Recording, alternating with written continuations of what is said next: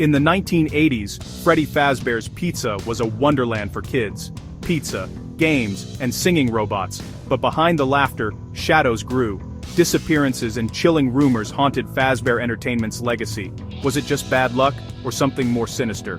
Families flocked to see Freddy, Bonnie, and Chica, animatronics that felt alive. But even in its golden age, there were whispers. Animatronics moving on their own, unsettling parents. As we peel back the nostalgia, we find tragedy beneath the surface. Welcome to the real story of Fazbear Entertainment. At the heart of Fazbear's success were the animatronics, far from ordinary robots. Henry Emily engineered their movements. William Afton gave them personality. Freddy, Bonnie, and Chica weren't just machines, they were the stars, captivating children with their lifelike performances. But their realism was unsettling. Each animatronic had a complex endoskeleton, voice boxes, and facial recognition software.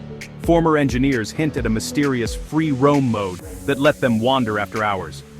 Officially, it was to keep their servos from locking up, but why did they need to move at night? The designs themselves triggered uneasy glassy eyes, fixed smiles, jerky movements, the uncanny valley in action. Did the creators intend this creepiness, or was it a side effect of the technology?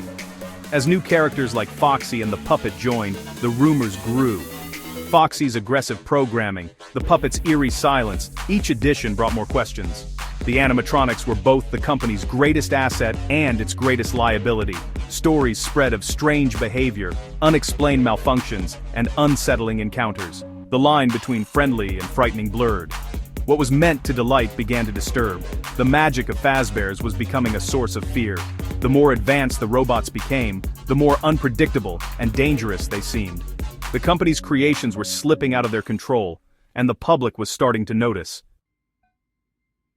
The first major red flag came in 1983 at the original Freddy Fazbear's Pizza. The infamous bite of '83 involved a child, a party, and an animatronic, ending in tragedy. The company called it a malfunction, but the community sensed something deeper. Afterward, rumors intensified. Animatronics with foul odors, maintenance crews finding strange substances. The official explanation, spilled pizza, didn't convince anyone. Then came the disappearances. Night guards vanishing, high turnover, no official reports. Was the company hiding something, or just incredibly unlucky? The atmosphere inside the restaurants changed. Joy replaced by tension. Parents grew wary, watching the animatronics with suspicion.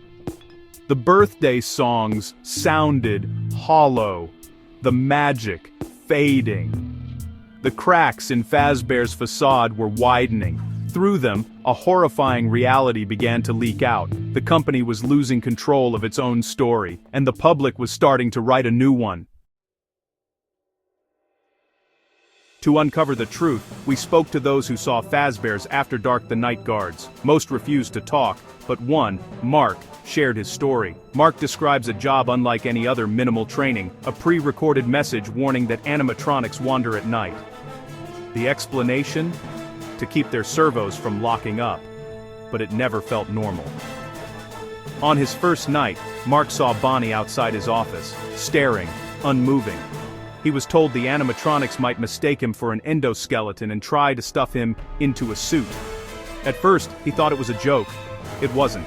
Mark's account matches countless anonymous stories: limited power, faulty doors, constant camera checks. The job wasn't about security, it was about survival. Guards learned the animatronics' patterns: Chica from the right, Bonnie from the left, Foxy sprinting down the hall, Freddy lurking in the dark. The worst part? The sounds. Footsteps, laughter, distorted music. It felt like the animatronics were taunting him, aware of his presence. Every night was a test of nerves and reflexes. The line between game and nightmare blurred. Mark survived, but the fear never left him. His stories echoed by many who worked the night shift. For them, Fazbear's was a place of terror, not joy. The animatronics weren't just machines, they were hunters. And the guards were their prey. The night shift became a legend of its own. And the truth behind it remains chilling. If the bite of 83 was the spark, the bite of 87 was the explosion. In 1987, at a newly renovated location, an animatronic bit a customer during a birthday party, severing their frontal lobe. The company blamed a programming malfunction, but witnesses said the attack felt intentional. The incident shattered Fazbear's reputation. Lawsuits and investigations followed. The company scrapped the new toy animatronics. A new rule was imposed. Animatronics could no longer roam during the day. The magic was gone, replaced by caution tape and fear. The identity of the attacker, Foxy or the Mangle, remains debated. Company records are sealed, witnesses conflicted. The bite of 87 cemented the animatronics' reputation as monsters. They were no longer just performers, they were predators. The night guards knew they were next. Fazbear's became a cautionary tale. The public's trust was shattered. The legend of the bite of 87 endures, and the company would never recover. The nightmare was now public. As if the bites weren't enough, the missing children incident cast an even darker shadow. In the mid-1980s, 5 children vanished from a Fazbear's location, lured by someone in a character costume. Suspicion fell on co-founder William Afton, but with no bodies found, charges were dropped. The case went cold, but the rumors didn't. Soon, reports surfaced, animatronics leaking foul-smelling fluids, human features glimpsed inside their mouths. Most chilling were the sounds, cries and whispers of children, coming from the robots after hours. The theory emerged. The animatronics were possessed by the spirits of the missing children. The company denied everything, sanitized the restaurants, and tried to move on. But the story stuck, becoming Fazbear's original sin. The belief in haunted animatronics explained their violent nocturnal behavior. The pizza party was over. The haunting had begun. Fazbear's legacy was forever tainted. The missing children became the heart of the legend, and the truth was buried with them. The idea of possessed animatronics sounds like fiction, but paranormal claims at Fazbear's are overwhelming. Paranormal investigator Lorraine Casey recalls a heavy sense of sorrow and anger at the original pizzeria. Her team recorded chilling EVPs, children's voices, shadow figures, and disembodied footsteps. The animatronics were the epicenter, even when powered down. Golden Freddy, a ghostly apparition, became the most infamous legend, appearing out of nowhere, causing hallucinations and dread. Some say Golden Freddy was the spirit of a fifth, especially vengeful child. The puppet, another key figure, was said to be the guardian of the other spirits, placing their souls into the animatronic suits.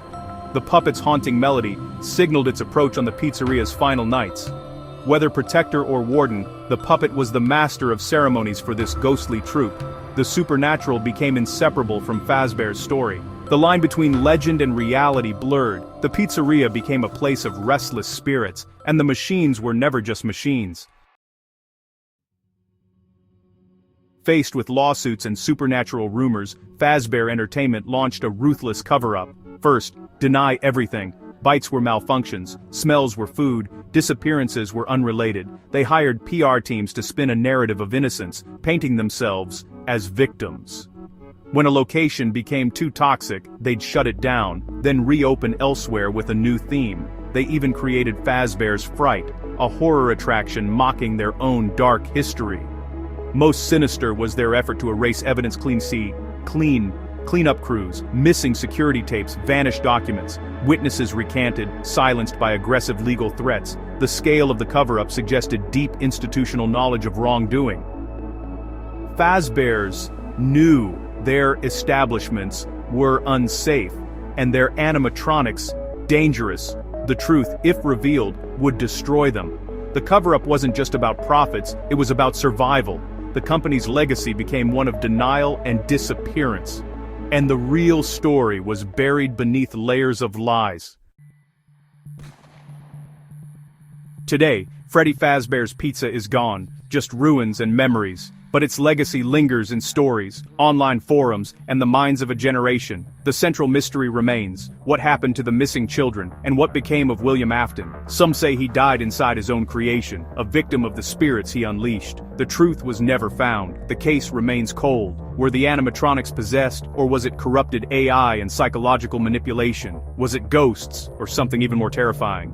In the end, we're left with more questions than answers. For a time, a place of wonder became a place of terror, and the truth is still out there, waiting to be found.